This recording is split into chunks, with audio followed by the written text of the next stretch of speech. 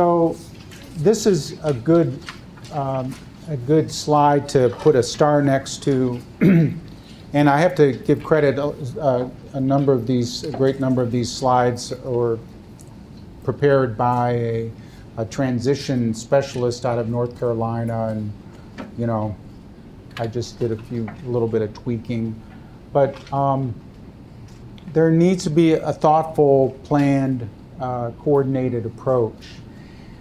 Transition of healthcare should occur during time of disease stability, and I think the kind of the worst case scenario is when people transition from a pediatric healthcare provider to an adult healthcare provider during time of health crisis. That is the kind of the worst case scenario, particularly if someone is in the hospital, suddenly, parents are hearing, well, the pediatricians can't take care of my child anymore.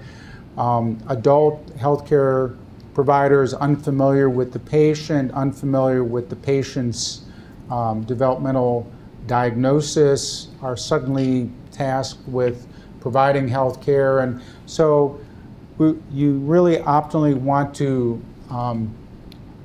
have healthcare transition occur during disease stability. So that's why that's highlighted.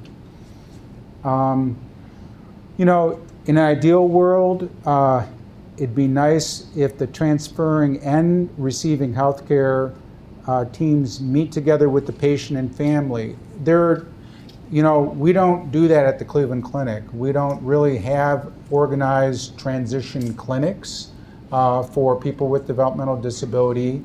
And, I know that that's something that a number of us at times have started to engage in conversation about, have started to talk about. We just haven't gotten traction yet.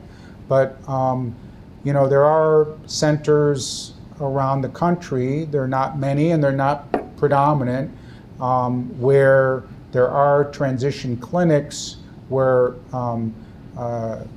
adolescents and young adults with complex healthcare needs go during this transition time to plan out their health care.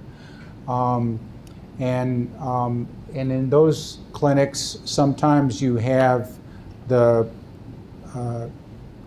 pediatric health providers and the adult health providers together in the same conference room, or together with the patient and family, but those are the rarity, and I'm not aware of that happening here in Cleveland. Part of healthcare transition is encouraging self-management of health by the adolescent, teaching the core skills required. And so it's not just a passive event that occurs, and healthcare transition isn't just finding an adult physician, a physician who provides care to adults. It's also seeing what it takes to optimize the capacity of adolescents and young adults with special healthcare needs to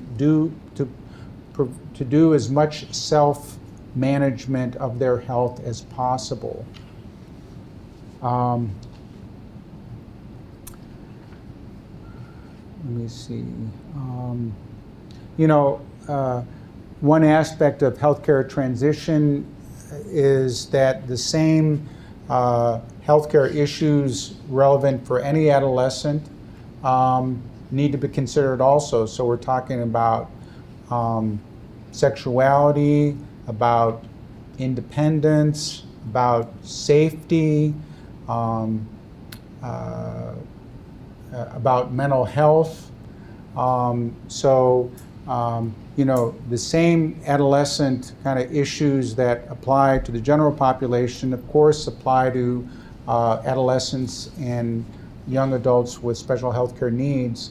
Sometimes what we what I observe and others observe is that some of the battles of adolescent independence and desire for autonomy and that kind of push-pull that parents, having 3 daughters, I know about all that, push and pull that in terms of, acting maturely one minute and immaturely the next and back and forth. Sometimes those battles for independence and autonomy might be delayed into the 20s is my experience. So,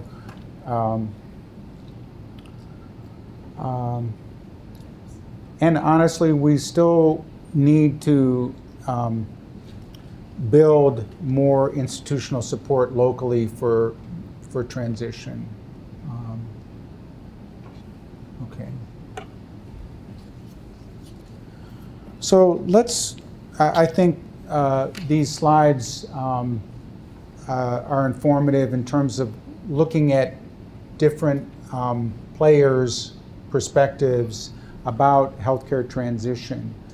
And this is a survey that was administered to pediatricians, asking them at what age should transition begin. And as you see, really for the most part, pediatricians who were surveyed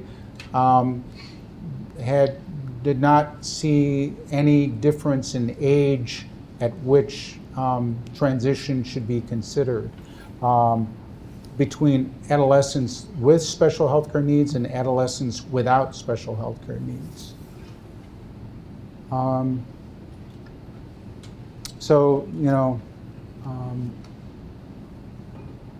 What we find, though, in practicality is still a lot of young adults and even middle-aged adults may be still seeing pediatricians